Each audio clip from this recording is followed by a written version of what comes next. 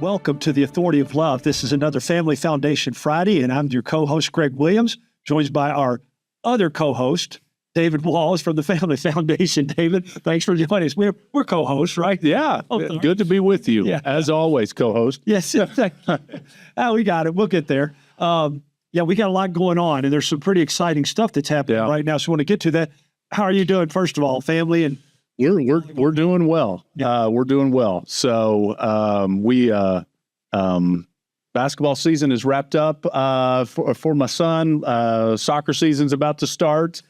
From the fire to the frying pan. Yes. The frying pan to the fire. Yeah. Just keeps going. So, but no, things are well. Good. We've got the same thing. Enjoying this warmer weather as we've talked about. Enjoying our kids and grandkids. That's always wonderful, and I hope that you're doing the same with your family.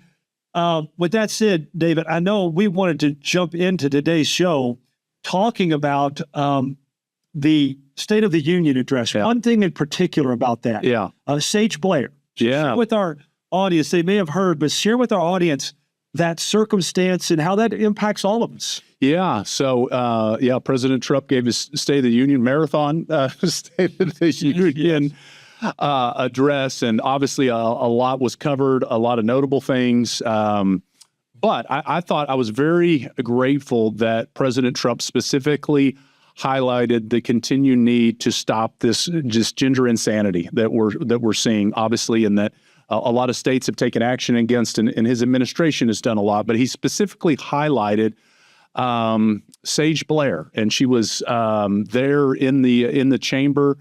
In the gallery, and got to tell that story. And Sage's story, if you didn't hear it, was at 14 years old, was essentially held by school officials at her school in Virginia to socially transition her to a new gender, and all the while, Greg, keeping the parents in the dark. Yeah. Sage then ran away from home, and a left-wing judge essentially refused to return her to her parents. Yep. She was put in an all-boys home and experienced some horrific things. Thankfully, and she was trafficked. Yeah, she ended up being trafficked.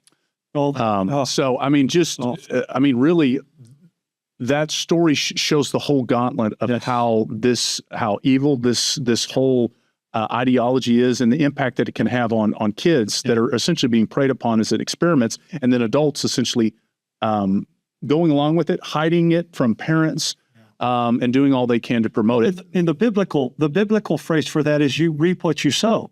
We can flower it and doctor it up all we want and make it look good, but that, and she's not alone. Yeah. In many cases, similar and even different, the outcomes are destructive. Yeah. Because we're sowing in the flesh. It's the wrong stuff. Yeah. We've gone down a bad path. Yeah. But President Trump also shared, that Sage now has embraced her biological reality as a woman, and is actually now attending Liberty University on a full scholarship. So thank the Lord for that. But so I was just thankful that President Trump gave attention to that issue in a very powerful way and told a powerful story. And as great as you and I were talking, we have to contrast that against our own governor, because this week the Fairness Campaign, which is the statewide kind of LGBTQ activist group here in Kentucky, they held their annual rally at the Capitol. It was in a different facility on the Capitol grounds because of what's going on with the Capitol. But the governor was once again the kind of keynote draw speaker at this LGBTQ rally. And as I saw reported some in the media and otherwise, apparently there was essentially a drag performer that was a part of this event, opened the event up. And then the governor proceeded to once again, Greg, and I know you and I have talked about this, use some of his comments to try to warp the Christian faith. And he specifically said that he is, quote, tired of faith being hijacked to hurt people instead of help people. And yet that's exactly what he's doing. The evidence is overwhelming that we've known it all along. But now the evidence after several years of this is showing that as I mentioned earlier, the outcomes are literally destructive in every case. Yeah. Whatever short-term lived relief or what people think they're getting eventually turns into much worse outcomes.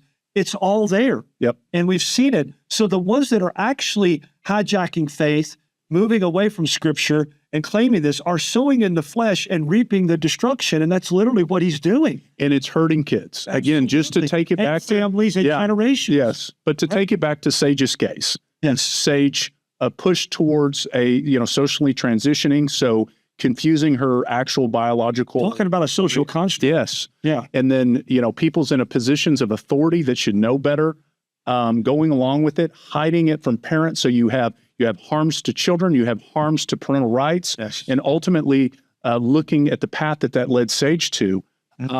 It's just another reminder that the reality is when we, what the governor is saying is that the exact opposite is actually true. The heart of why the Family Foundation, I know, Greg, your heart as well, why we engage in these issues and support efforts, even legislation, is because we want to promote truth and goodness and what is helpful to people. Yeah. And what is helpful to young people is to be affirmed in the identity of who they actually are, who God created them to be, to uphold parental rights, to not allow our governmental system and even government schools to in any way push children towards this harmful agenda and harmful ideology. Yeah, so exactly, which leads us into another important issue, and it certainly is related issue at harming children.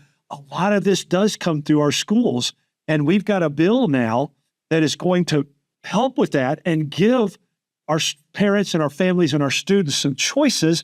And so we want to let you know about that. While the governor is choosing not to opt into these monies that would be helpful, what is our legislator doing about it? Yeah, so House Bill 1 is moving through the General Assembly, and House Bill 1 is an important bill that was filed by Representative Kim Moser, and then also Representative T.J. Roberts is kind of the lead co-sponsor in helping side by side on this important bill. We actually had the opportunity. Folks can go on our Facebook page and see an interview that we just did with Representative Roberts. But this all comes back to, as a part of the so-called big, beautiful bill that was passed and signed into law by President Trump. One part of that bill was essentially a tax credit scholarship program that allows all of us, allows Americans, every state, to have the opportunity to essentially make a donation to a scholarship granting organization that ultimately can grant scholarships to kids, public, private, even homeschool opportunities, and you get a tax credit up to $1,700 for that. But to be able to ensure that your own kids in your own state can take advantage of that program, Greg, it requires states to opt in. Now, governors can do this. And I think there's 27 states that have opted in. There's even been some blue states and blue governors. I believe Colorado has opted in. It really does make sense. That makes sense regardless of whether Yeah. But apparently, Governor Beshear, following the lead of fellow Democratic Governor Newsom in California, they are saying, we don't want to provide these educational opportunities to our students. And so the General Assembly in Kentucky, thankfully we have a General Assembly that can engage on this, is House Bill 1 would opt Kentucky into this program essentially through the Secretary of State's office. Okay, yeah, I was going to ask. And so that bill has already, as we're recording right now, that bill has already passed the House, was passed out of committee in the Senate, and could be voted on at any time in the Senate. This has just come up in the last few days to recognize the importance of this. So it's moving very quickly. They're seeing this. Right. So, and just to be very clear on this program that's in federal law has absolutely nothing to do with Kentucky's tax dollars. No matter what you hear from the media, what you hear maybe from those involved with the education establishment and lobby. This federal tax dollars. Right. And these are granting organizations from the tax credit. You donate to a granting organization. These granting organizations will only be able to support Kentucky students if Kentucky is opted in, and we're able to create some of these granting organizations ourselves. So if we don't opt in, if House Bill 1 was not to make it across the finish line, essentially what that would mean is that the dollars that are being granted from Kentucky to these organizations would go to students in Ohio or students in Indiana or Tennessee. Yeah. And give up. You gave me some pretty staggering numbers there as to what could come in from federal tax dollars coming back into Kentucky to help our kids and our families and our education. Yeah. What are the numbers on that generally? I mean, I know you don't. Yeah, so we don't. I think as more folks find out about this, you're going to find more and more folks that are going to take advantage of this tax credit. There's really no reason not to. But we're looking at millions and millions of dollars. You know, there was figures discussed in the committee hearing. You know, probably as maybe between 8 and 24 million very quickly. But again, as more folks take advantage of this tax credit and donate to these granting organizations, you're going to continue to see that grow and multiply over time. And so, and again, this is a win for public school students, and public schools can take advantage of these. Private schools can, private Christian schools can. There was discussion about homeschool co-ops. This is a win-win-win.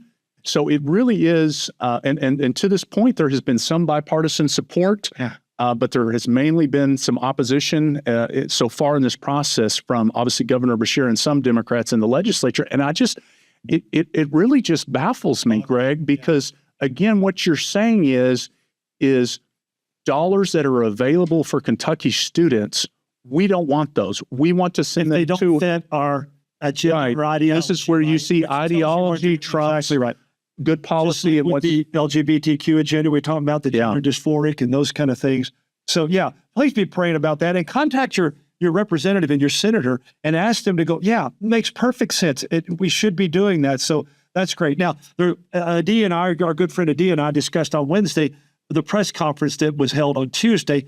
Share just a little bit about that as we close out, Dave. Yeah, we were blessed to stand with Adia and Kentucky Right to Life and the Commonwealth Policy Center and a number of pro-family and pro-life legislators to highlight one of the most important bills of the session, and that is House Bill 646, to address the illegal trafficking of the abortion death pill.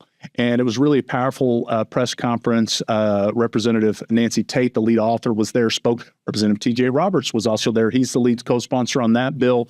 And it was just, I got to share a brief comments. And look, what I shared was, Greg, was we know that preborn Kentuckians are still losing their lives. Moms are still being harmed. We have a moral obligation to act. And this bill— a legal obligation at this point, too. This bill would simply just open up some additional enforcement mechanisms to go after those that are trafficking these deadly pills into Kentucky. And so I was thankful we were able to highlight a few other important issues, the medical conscience issue, Representative Lockett's social media bill that we talked about some last week, and the 10 Commandments bill. Representative Josh Calloway got to share about that. I'm thankful for Adia and the ability that we had to promote. You can learn more about all those bills at KentuckyFamily.org. Yeah, and you'll have some action items to pray. Please do that. Pray for our governor. We say that as often as we can, so please continue to do that. Don't forget, it's coming up quickly. March 11th, Wednesday, March 11th is the Kentucky March for Life. We'll be there, Lord willing, and we're praying for good weather. It's been great the last couple of years. We hope you can join us as well. April 18th through 25th. We'll tell you more as we get closer, but that's America Reads the Bible, in person or online across the country. That'll be powerful. Thank you for joining us. Thanks for your prayers. Thanks always to the Lord. Make it a great day, and God bless in Christ. I'm your host, Greg Williams, joined by my co-host, David Walls, and you're listening to Family Foundation Friday on the Authority of Love.